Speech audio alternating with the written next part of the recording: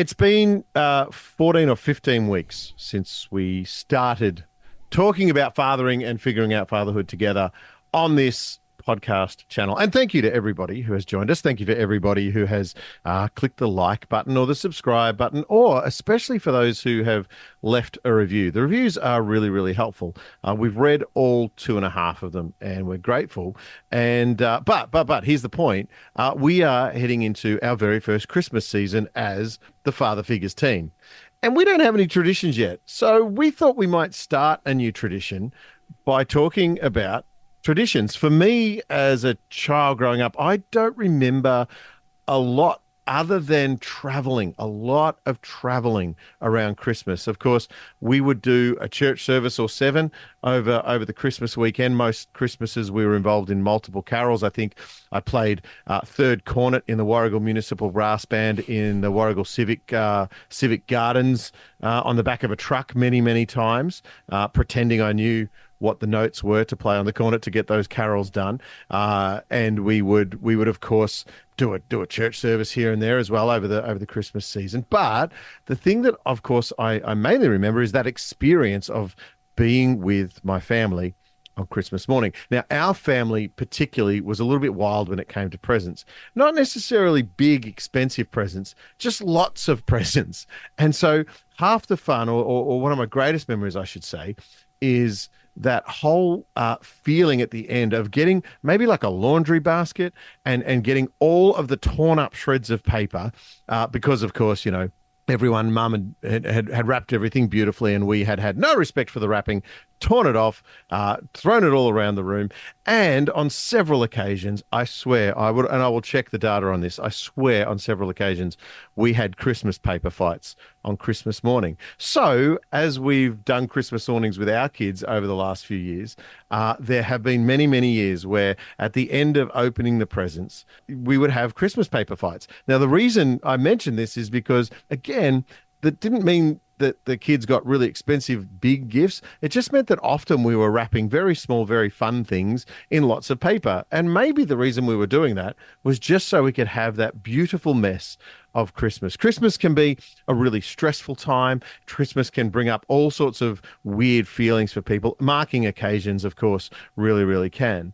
But when it comes to the Christmas traditions, it's strange that that's the one that comes to mind for me. Not even a really strong memory of, I'm trying to think of the best present I ever got at Christmas, and that's not what's coming to mind. For me, the moments that are coming to mind are the silly family fun that we would have, and then we would often have to get in the car and drive 2 hours down the road to our cousin's house or whatever, because our family was scattered all over the place. And of course, we were the ones living in the country, so we were the ones that had to go to them.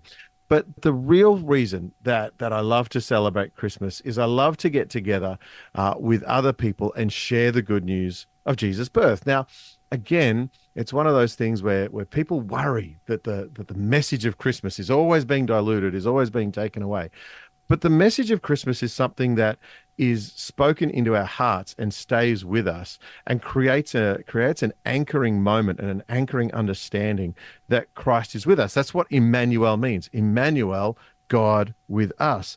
And it was prophesied in Isaiah many, many thousands of years ago, where he said in Isaiah chapter 9 and verse 6, "For to us a child is born, to us a son is given, and the government will be on his shoulders, and he will be called Wonderful Counselor, Mighty God, Everlasting Father, Prince of Peace."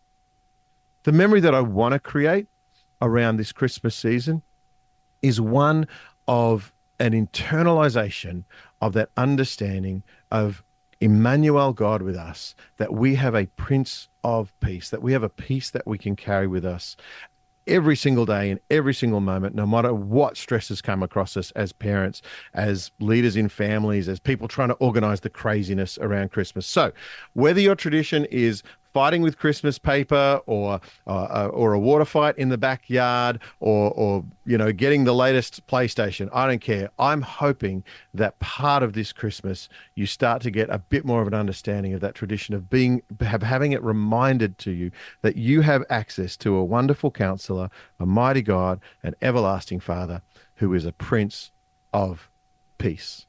My name's Justin, and this is Father Figures.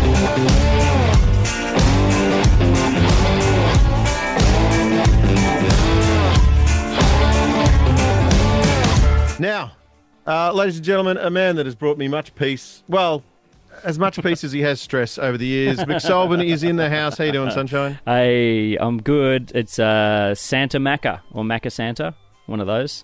Macca. Macca. What is that?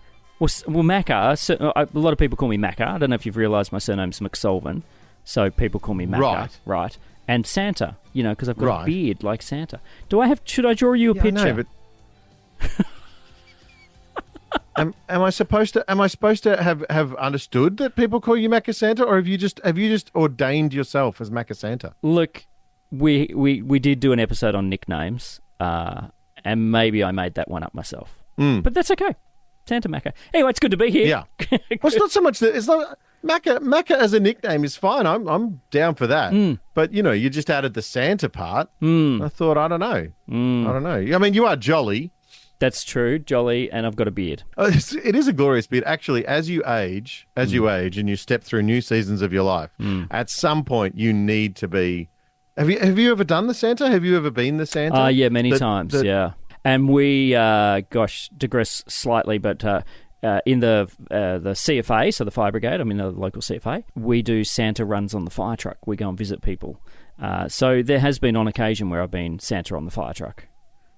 When do you do those? Are they on the days around Christmas or on we Christmas do Day? we do them in the bookings Santa in the lead up to Christmas, so people can actually book and Santa will come to your Christmas party or to visit your kids or whatever. And then Christmas Eve we drive all around the streets of the town that I live in.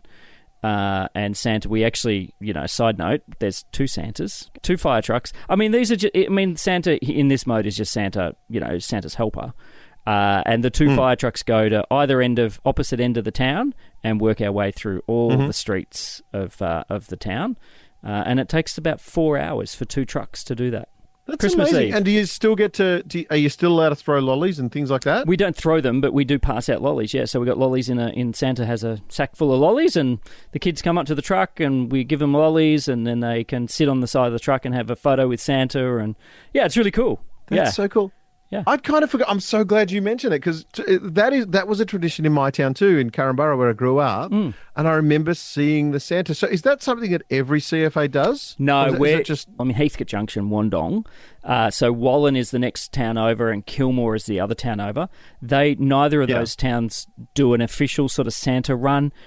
One of them, I think, does a Santa on the fire truck sort of a couple of days before Christmas, but we're the only ones that do pre-booked visits from December 1 to December 23, and I just happen to be the lucky guy that gets to book all of those bookings, and we probably do about 35 private bookings in that time period, and then Christmas Eve is reserved purely for Santa driving all the streets. So when you're doing these bookings, you rock up, and do you spray the water hose? What else do you do? Yeah, we spray the Christmas party as it goes on. No, we literally drive in, in the driveway with the lights and the sirens on, and, everyone either runs away or runs towards, depending on the type of child. And then Santa gets off the truck and, we have a little chair and Santa will sit down on the chair, and, we've got really strict, obviously, child protection guidelines that we adhere to because, they talk about why. Yeah, I guess that's what I was asking. How much has changed a bit, hasn't it? Yeah, it's definitely changed. So I do all the briefings for this, particularly with the Santas, and I always use the example of, why the Wiggles do that wiggly thing with their hands, where they shake their hands in front of it. It's so that they can go, here's my hands, people. So when there's a photo, the Wiggles are always doing that, so they never are touching a child because of child protection.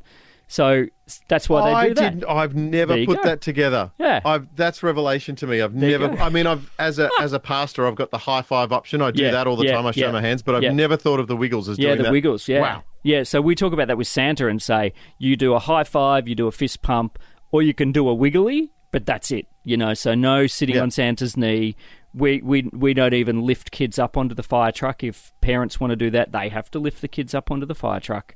And so, that's changed a lot, and it rightly so needed to sort of, become modern. But I really love doing it. I quite often will drive Santa in the truck to those events.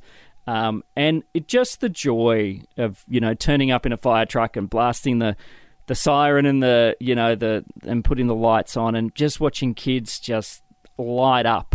It's just, there's something amazing about it. It's such a joyous time. And the Christmas Eve one, we're talking about traditions. I mean, that is such a tradition of our town. We've been doing it for probably 20 plus years. And it's just, and people are so generous. Like the trucks always come back at the end of the night. And I kid you not, we've probably been given $2,000 to $3,000 in donations. People come out and just give us donations.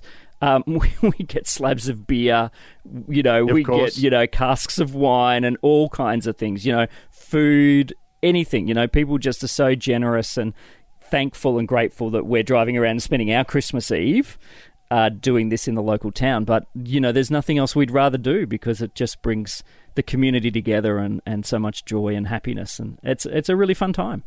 There you go. So you've been serving in the CFA for how many years?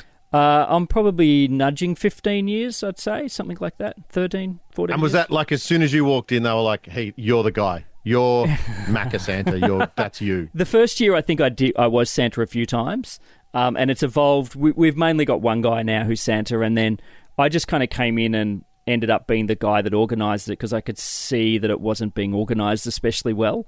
So I said, hey, and nobody really wanted to do it because it's, there's quite a lot of work involved. And so I kind of took it over and literally now we run Google Sheets for our Santa bookings and everyone can log in and they can nominate if they want to be a driver or a helper and bookings come electronically. So all of our bookings, we've got a special Santa email that we set up and, we do all of our promos. So it's a pretty big thing in our area. Yeah. And we probably... That's amazing, man. We probably visit this year we bought 2,500 bags of lollies to give you an idea of how many kids we will probably visit in this December period. It's about 2,500.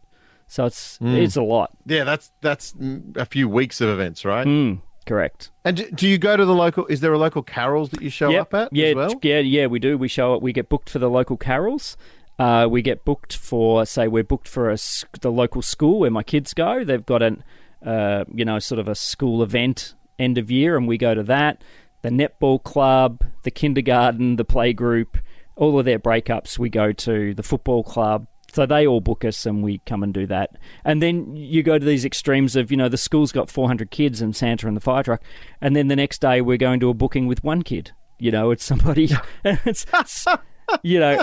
we have the theory of we don't charge to do it. We, if people want to make a donation, they can, but we don't want to deny anybody having Santa come visit them because of cost. Yeah. So we just go, if you want to make a donation, you can. We'd love it, but no pressure. My general question then is, have you got a radius? Within 400 kilometres. No, well, so the way the CFA work is you have what's called your primary area. That is your brigade's primary area, and we don't go out of our primary area. So that's where Santa goes. If somebody in Wallen, the next town over, wants to book us, I ring the Wallen Fire Brigade, ring up their captain and say, hey, we got a booking. Do you mind if we come into your town and, do the Santa? And they always say, yeah, no, that's fine. We just pay them the courtesy of telling them that we're going to be coming over in our fire truck and doing a Santa run. But it's pretty rare that happens. We probably get one or two of those a year. There you go. The history of Santa bookings in the CFA. Yeah, and to all the kids listening, you've just found out Heath is Santa. So that's good news. I wanted to find out from you about your childhood and what Christmas looked like and sounded like and smelled like. But I also want to invite an expert into this conversation very shortly. So we'll just go to a quick break and we'll be back in a second with McSullivan and another expert. We have an announcement. Fathers, if you're struggling to connect with your son or desire to strengthen your bond, here's a great opportunity. The Royal Hood Father and Son Camp. Justin, what more could you want than a camp? And it's running next year from the 7th to the 9th of April. I just want to know about this hood. Empower your son for manhood through unforgettable memories and faith-filled moments that will define his future. It's hosted by Eric Agiman and in partnership with Dr. Alan Meyer. This Royal Hood Father and Son Camp is open to fathers and sons 13 plus. 13 plus, excellent. And you can register to go on this camp at fatherandssoncamp.com. So now that we found out that Heath is Santa, by the way, thanks for revealing that, mate. I'm not sure that we probably should have given parents a forewarning, really. Yeah, disappointing for everyone, isn't it? But anyway. And also that you're not the only Santa in the single CFA that you're in. It's true. Having said that, I was hoping to book you for my party, but I think I'm outside of your zone, so we might struggle, next but time. That's okay. But what I thought I might do is reveal to you who I understood Santa to be when I was a child. Oh, here we go. Yes, and of course, there's the laugh gives it away. Stop laughing, special guest. Stop it. Ladies and gentlemen, the bloke who wore the Santa hat in my house is in the house. Donnie, how are you, sunshine? I am well, thank you, Justin Michael. In my household as a child, by the way, whenever I show up at Christmas time, I just return to that childhood state pretty much. And Granddad / Don / Bob / Dad is the guy that puts the Santa hat on. Now, Dad, I don't know if you remember any particular traditions that we had as a family. My childhood memory always seems to throw me back to us having a lot of wrapping paper in the room and throwing it around the place after all the presents have been opened. I have this weird, when I'm thinking about it, I can't really remember, I'm so sorry, the Christmas presents themselves. I just remember the dynamic in the room. A total waste of money. I always told your mother that. But let's hang on. Let's just be honest here. You don't remember what I got either.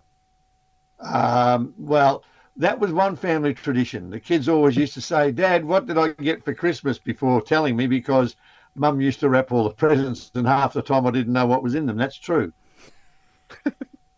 And nothing has changed either. And I do remember the Christmas paper. We'd basically wrap it up into the balls of paper and throw it around and things like that, which impressed Mum no end. But there we go. These things happen. In my house at Christmas Day, when I was a kid growing up and the wrapping was being thrown out, Dad was grabbing the wrapping as we were unwrapping them and putting them into the rubbish bag. You guys clearly weren't. We used to do that too. Right. But I think, so some are going to the rubbish bag because that's, of course, where Mum expected it to go. But there was always some left mysteriously that we could wrap up into little balls and throw around for a little while. Gotcha. Just for the fun of it. Okay. Yep. Because many a gift, I think, has probably been thrown away, in that wrapping of the, putting it in. I reckon I've lost so many gift cards in that time, of wrapping it. Oh, no. Yeah, totally. I lost one last year, I remember. Yeah. Is that the one where your auntie says to you, "Did you get that JB Hi-Fi gift card?" And you're like, yes. Yep. Yes, I did. I did. I wonder if there's garbos at Christmas time that get extra special things because they're, or maybe at the recycling centre when they're separating out the paper and everything, they score a few extra gift cards. Probably do. It's the time to go through the recycling, isn't it? The recycling rubbish. It's just after the other Christmas. thing with gift cards is, of course, that you get your gift card and then you forget to use it, and then you go into the place and go, "Sorry, that expired 5 years ago." Yeah, it's so true. So, Don, what's your memory growing up with your kids? What's the memory you've got of, now you've just talked about the fact that we can't really remember the presents that we got our kids, that you got your kids, but what's the best reaction you think that you can remember maybe Justin ever had from a Christmas day? Is there a particular Christmas day where you thought, wow, I'll remember that because Justin was, just so excited and he ran around the house and wet his pants or something? Have you got any story of that, of, thinking of how Justin reacted on Christmas Day? Or the opposite, where he absolutely was disgusted because he didn't get the thing he wanted? No, I can honestly say I never had that one, but I think when he got his first bike, he was very, very excited about that. Oh, yeah. Come on.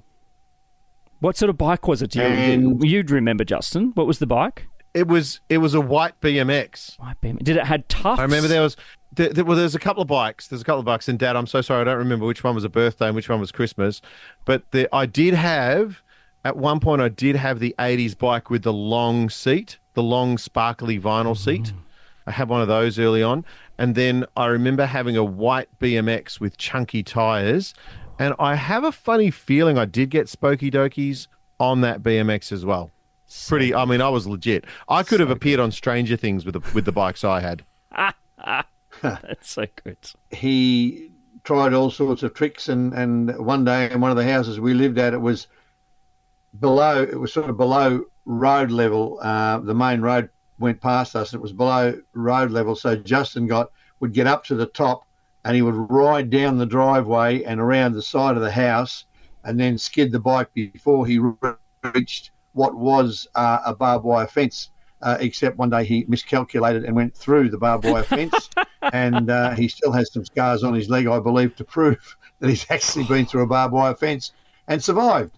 That's so good. Correct. That's so good. Don, another question for you around Christmas is, you've had Christmas raising your own kids. What's Christmas like now as a grandparent, with lots of grandkids? Okay, well, our tradition has become basically our kids and grandkids come over to our place either on Christmas night or in more recent years it's been on Boxing Day. So that's become a tradition because, of course, they've got their own families. And that's one of the things, too, you find as your family expands. You've got to sort of compromise a little bit. And so that's how Julie and I have done that. But our actual Christmas Day tradition became for a long time where Julie and I would take both of our mothers out for Christmas lunch. Now, my mum's been with the Lord now for 2017, actually. She passed away just before Christmas 2017. So that tradition no longer applies. But that was a tradition that went on for quite a number of years. So both the mums would come up to our place in Ballarat, and we would book a place, and we would go out and have a really nice Christmas lunch. Then we would come home and have a rest and wait for the gang to start knocking on the door, or is in most of their cases not even knocking on the door, just coming straight through it, opening it and then coming straight through it. A bit of not clarify like that. breaking it down. Yeah, that's good. We try not to run through the door before it's open. Although at times as a boy, I'm sure I did that too. I'm pretty sure I ran through a couple of doors, didn't I? Knocked a few doors over. Yes, you did. Yes. Fortunately, that did not become a family or Christmas tradition. No. Many broken doors. Although my grandmother, who I visited just recently, and she's quite frail now, isn't she? Grandma Sfigos. She's quite frail, but she very proudly told me that she says, "Juz, I had a fall the other day." To which I had a horrified look. "Are you okay?" She said, "Yeah. See where that door used to be?" She pointed to a door that wasn't there and said, "I knocked that door over." Oh, my goodness. This is my 92-year-old grandmother who quite proudly, now, whether she did that for Christmas or not is beside the point. I just thought it was a funny story. So if anybody else knocks doors over for Christmas, let us know in the comments. No. So, Donnie, I just want to know, I mean, basically the question is, we found out that Heath is Santa. So I guess you just need to report to Santa whether, by and large, I've been a good boy this year. Well, I could possibly dispute that he is Santa because I was of the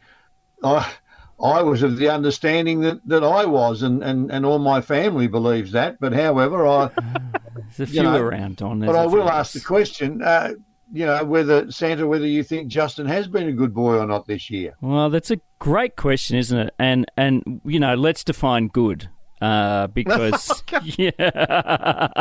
Welcome to Philosophy 101. What is good? Is there any such thing as good? And what's the problem with evil? No, that's one of Dad's lecture series from another time.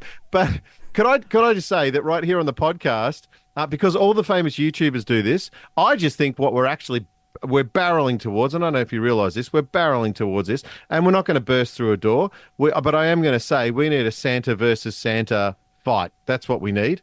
And I'm going to sell it to Netflix, and I would like to see Mick Sullivan and Donnie Gall in a cage in the ring together and just see who the real Santa is. That's the only way to settle this. I think I'll lose. No, the only weapons you're allowed, of course, is just a bag full of Christmas wrapping. Well, I think old Donnie's got the edge on me there. He's spent a lot of years growing up with kids and throwing Christmas wrapping. So yeah. Yeah, but yours have the extra weight of the gift cards you've forgotten about in them. So a few projectiles. I can slice it like they could be classed as dangerous weapons then. That's right, exactly. All right, Donnie. Final comment before we let you go. Your Christmas traditions now. You've been the kid, you've been the dad, you're the granddad now. What's your favorite? What's your favorite version of Christmas? Do you reckon of all those seasons? Well, definitely now as a grandfather, having everybody around and everything like that. That's fantastic. But Christmas has changed so much. If I may, I'll share a couple of Christmas traditions that we had when I was a kid, one of which was actually a pre-Christmas tradition where my father would get us into the car and drive out of the town towards a farm that had pine trees in it. And he would duly climb over the fence, cut a branch off the pine tree. That then became our Christmas tree. And it wasn't until years later that I realised that what he was doing every Christmas was probably something in the vicinity of illegal. But that was a Christmas tradition that we had. I love that. Jim. That was my grandfather, Jim, who knew how to save money, didn't he? He really knew how to save money. Yeah, well, in that case. And we also had another one, of course. We also had the Christmas pudding every year. That was absolutely a Christmas tradition, which my grandmother cooked, and then my mum took that on and cooked it. And now my eldest daughter, who coincidentally happens to be Justin's eldest sister, she has the recipe now. But when we first, as kids, had the Christmas pudding, and some of the older listeners might remember this, it had threepences and sixpences in it. And you would eat the cake, and you would get collect your threepences and sixpences, but you'd have to give them back because, of course, they went into the cake the next year. Yep. And sometimes you had to wait to collect a threepence or a sixpence because it went into your mouth and went to the nether areas of your body, and you had to get it later. It's so true, Don. I tell you, it's like you grew up in my house. That was exactly the story at my house. And there was more than one occasion where you were being careful when you went to the bathroom for the next few days. Yes, absolutely. So, hang on. So, what? Okay, I need, oh my goodness, clarifying points. My understanding was back in the day, the coins were somehow safer to put in the what? Would they wrap them in? No, in the old days, the threepences and sixpences, you didn't have to wrap them. But the newer coins, the 5-cent pieces, that's what they told you. Whatever they were made of, you had to put them in silver paper. Silver foil. They're cooked into the cake itself, right? Yeah. Nowadays, because the sixpence are so rare, you have to, and it's my pleasure to spit them out and put them on the table in front of you, and then Mum will, wash them and put them in, soak them in alcohol or something, and then next year use them again. Okay. So it's not so much that you haven't used modern coins; it's the tradition of using the traditional coins and rewrapping them. Yeah. See, I'm thinking now that all I could do really, I guess, is just maybe fill the recipe with some Bitcoin and some NFTs, and just see if that came through. Okay, do you reckon? Gift cards? I just think some data, some data on the blockchain, sort of mixed in with the batter would be good. Oh yeah, that'd do the trick for sure. Do you know, Dad, I have a vague recollection. I must have been very small, but I do remember going to Grandma Gall's house in Inverloch, and I think we at least have one occasion where I remember finding the coins. How long did she keep that tradition up? Oh, that's a hard question. But no, she still would have been doing it when you were little. Yeah. She did the Christmas pudding for years until she got to the stage where it got a little bit difficult for her, and then Amy then took it on. So you would have still been maybe even in your early teens when Grandma Gall was still doing it. Yeah. Well, considering that I'm still in my early teens, I think that wasn't that long ago. So Heath, can I clarify that at some point you actually digested these coins? Oh, somebody usually did.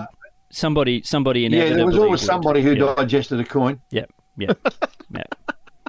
And it was almost every year, and we still do it. Like it's still a family tradition in my side of the family, and there's usually some bets on who's going to swallow one. I love it. Yeah. I love it. Okay, so we've got a Santa v Santa fight coming up sometime soon. Cage fight. Well, it's a paper fight at this point.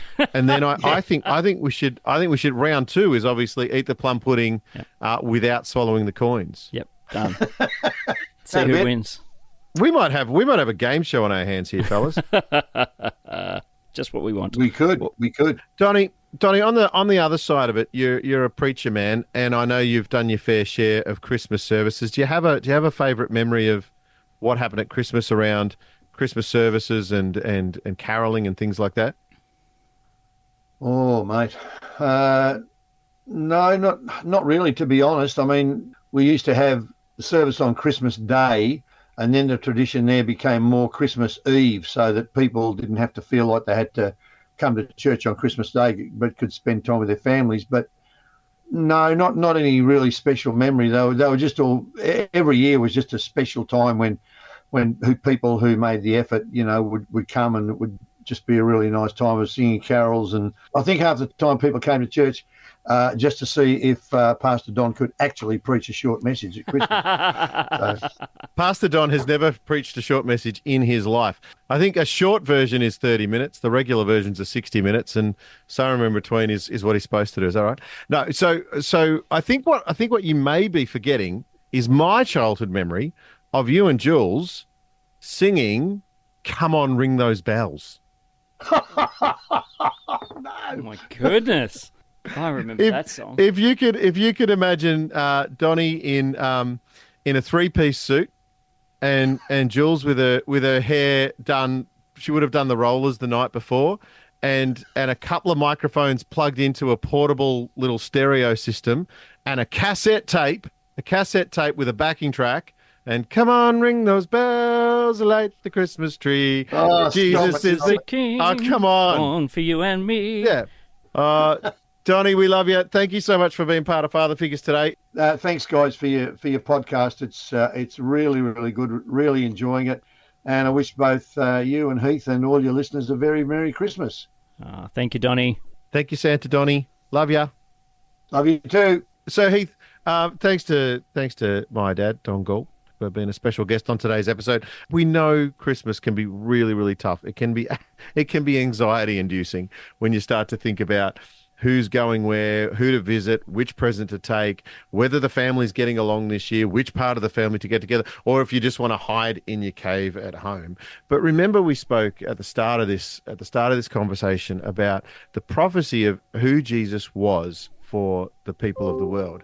And the reason that we celebrate Christmas and the reason that we celebrate the traditions the way we do all stem from this idea of celebrating a baby that was born unto us, Emmanuel, God with us, that was prophesied in Isaiah 9, for to us a child is born, to us a son is given. It's all about the gift of Jesus. Now, I don't want to get religious on you. I just want to remind you that at this end of the year, when we start to talk about, and we were talking about some of the fun stuff, obviously, and I hope that's what you can reflect on, some of the fun stuff of Christmas, acknowledging that the stress can be there.